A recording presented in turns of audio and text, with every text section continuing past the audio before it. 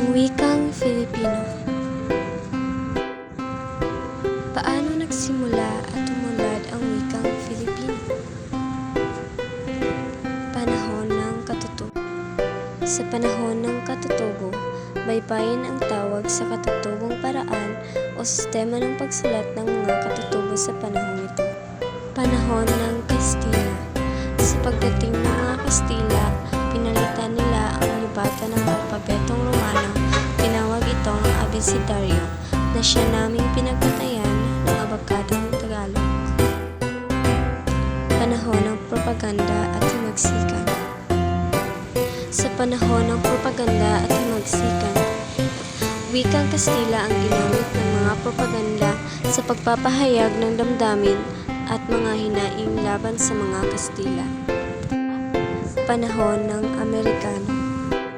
Sa panahon ng Amerikano, wikang Ingles ang ginamit na medium sa pagtuturo at ang mga aklat sa pagtuturo ay nasa wikang Ingles din.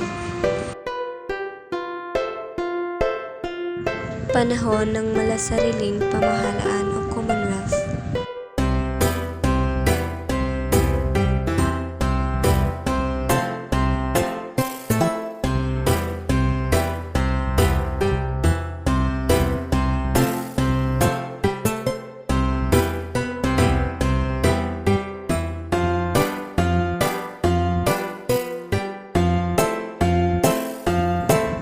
Panahon ng mga Hapon. Sa panahon ng mga Hapones, sa pilitang pinaturo ang wikang Hapon at inalis ang wikang Ingles. Pinagamit ang mga katutubong wika, lalo na ang Tagalog. Panahon ng Republika. Panahon ng Republika, pinagtibay ng Kongreso ang Batas Commonwealth 570 bilang na nagtatadhana na ang wikang pabasa ay maging isa sa wikang opisyal ng Pilipinas. Panahon ng Bagong Lipunan.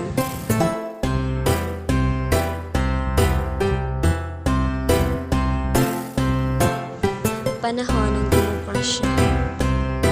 Sa panahon ng demokrasya, itinadhana ang Konstitusyon 1987 ang probisyong pangwika.